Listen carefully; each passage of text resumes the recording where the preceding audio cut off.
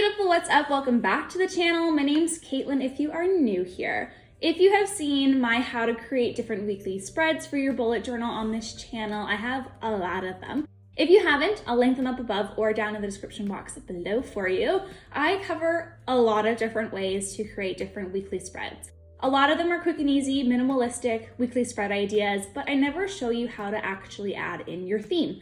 This week, I thought this would be perfect as I just did my mushroom theme for May, and I thought I would show you how I create those weeklies for the rest of the month. If that sounds something like you're interested in, just keep on watching. First up are the stationery supplies. Everything will be linked in the description box down below if you're interested on exact colors and details for all of that. I'm using my Winsor & Newton gouache paints, some paintbrushes in a variety of sizes, as well as my micron pens and jelly roll. Again, variety of sizes. Week 2, I'm going to be starting off with. Week 1 was just in my Made Plan With Me video, so if you haven't checked that out, I'll just link it up above. But I'm creating a Dutch door. If you don't know what a Dutch door is, it's just where you come in and you cut a piece of your journal out. I know that sounds scary, but on either side of that page, we're going to have a section where it becomes visible and a lot more room to write out exactly what's going to go on throughout the week. I'm keeping the lettering style very simple here, and it's going to be consistent throughout all of the weeklies that we do. Why I like doing that is because I switch up every single week. I like to have something that is uniform across it. It's going to tie in those weekly spreads together so it doesn't really look like we're doing something different all the way around. I'm coming in with my washi tape trick. If you haven't seen this before, basically all it is you put a washi tape around the box that you want nice and clean and crisp lines, peel it off, and there you go. This mini calendar, I'm coming in with just my micron pen and jelly roll, but for the week that it is, I want to just highlight it in our pop of yellow color. So those dots are just the permanent yellow deep color from that Winsor & Newton set. The nice thing about the gouache paints is it really layers well with both of the jelly rolls and the micron pens. So all you have to do is make sure it's dry before you go in over top. Other than that, it is really easy to layer things up. The bottom quote ends up saying, "You can glow in the dark," because all of my quotes I wanted to have something to do with mushrooms and facts about mushrooms. So fun fact, mushrooms can glow in the dark. So I thought that would be a cute little thing to put down below.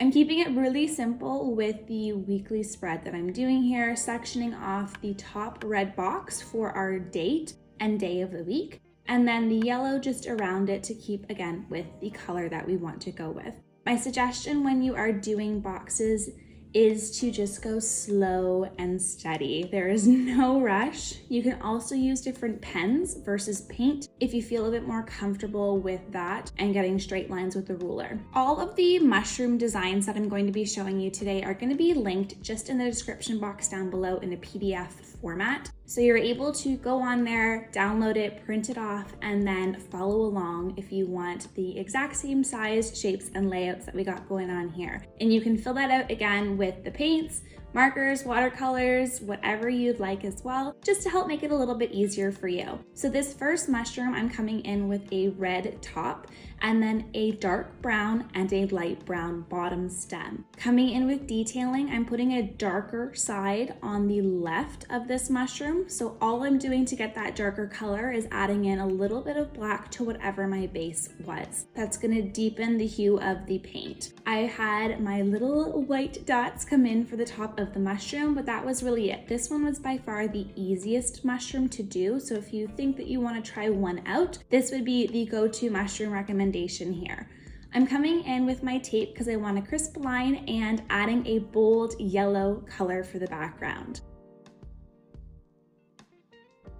The second set of mushrooms that we're doing here are focusing on more brown neutral tones. So if red is not up your alley, this mushroom just might be better for you. I came in with a darker top and a lighter paint color for underneath the mushroom. All I did for those was start off with my base brown, which was the top of the mushroom, added in a bit of white to get the underneath, and then for the stem I added in a bit more black to get a darker brown color as well. That is just kind of how I tackled the paint colors on this mushroom in particular. Again, I wanted to have that bold statement to make this pop out a bit more, so I just reused the washi tape that I have. You don't need to throw the washi tape out if something is the same size. I don't want to be wasteful, so that's just something that I like to keep in mind. I did want something to break up the space a bit more between the page that we cut and the page that is not cut. So I came in with a red line, and the nice thing is that piece of paper underneath was just the piece that we had cut out, so it fit perfectly. On the back, I already put in my weeklies. It's the exact same as before, but the back two mushrooms are a little different. This mushroom top, I ended up coming in with the yellow ochre, and I added a bit of black to just darken and mute the tone a bit more. That brown, the darker brown, was the brown we used on the front for the 3 mushrooms. Instead of adding a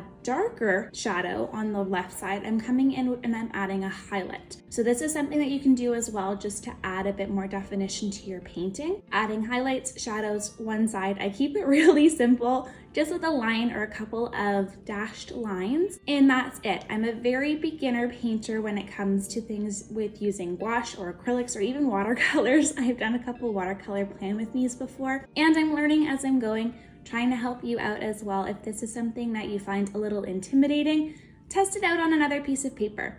That is always something that can be done as well. This bottom mushroom, because I used brown on the top, I'm coming in with red instead. I just started off with the Spectrum red in the kit that I have, and then added a bit of black to deepen the colors. Those browns we've already used and mixed up before. If you haven't made a brown before, all you gotta do is mix in red, yellow, and blue at equal parts, and you're gonna get a nice deep brown color. From there, you can add in things like white or black to give you more of a shade or a highlight color, to give you a darker or a lighter toned brown. If you're finding that your brown is a little bit too blue, you just put in the opposite of the color wheel. So the opposite of blue is orange, and to get orange, you're gonna add in red and yellow. Just keep adjusting until you get the right shade.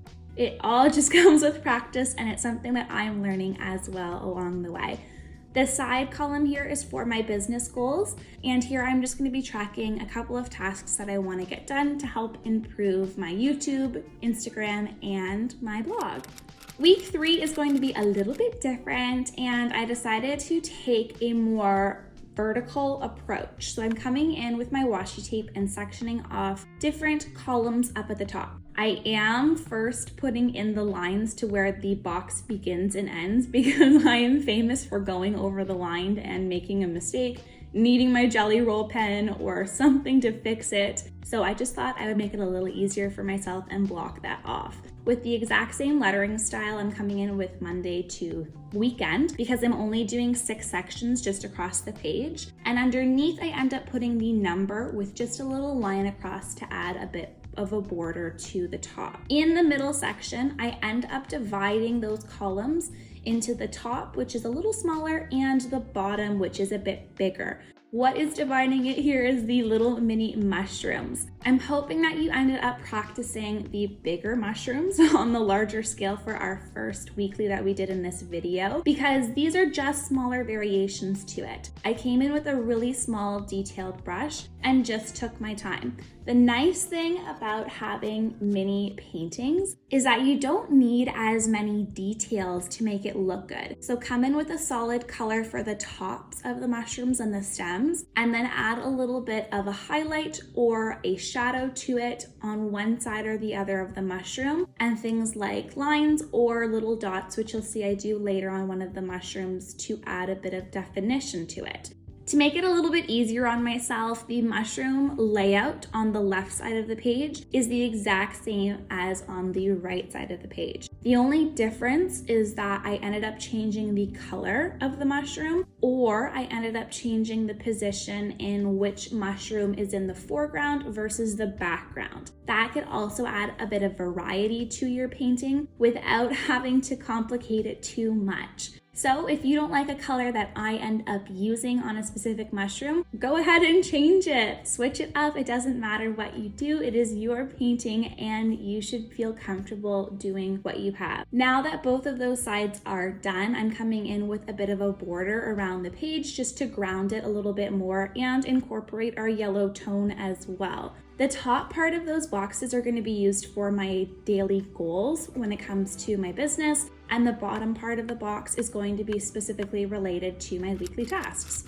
Okay, week 4. This is the last one out of all of my weeks, and I have to say it feels pretty weird having everything set up early. Usually I set all of my weekly spreads up the Sunday beforehand.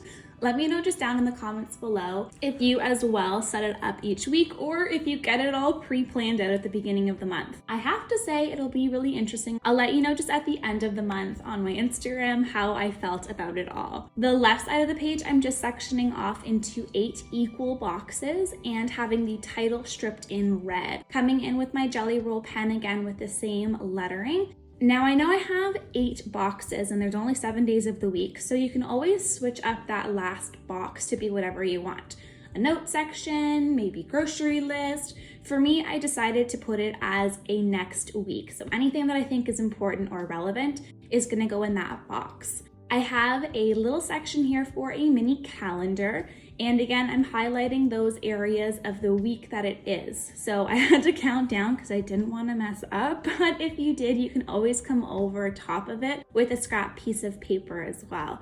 I'm using my Micron 03 here just to get the numbers nice and small. But then the next section of this little strip on the side, I am dedicating towards the mini mushrooms, which I've showed you plenty of times, so I won't take up your time with that. But these 2 graphs that I created are gonna help me track my stress and my productivity throughout the week because it's the end of May, getting closer to launching my store, and I wanna see how I am feeling in my headspace, so that is why those 2 things are there. On the far right of this page, I have a master task list. And what I ended up doing for this specifically is just keeping it simple because I want to have the most amount of room and simplicity, obviously, because it's gonna get all jumbled up once I start writing in my tasks over top. So I just used my tan brush pen to add in those lines, and that was really it. Here is just a flip through of our today's video. If you watched up until this point of the video, make sure to put a mushroom emoji down in the comments below. And if you enjoyed it, hit that subscribe button for future videos and like button because it does really help get this video out to other people. Okay, that's enough. Enjoy the flip through.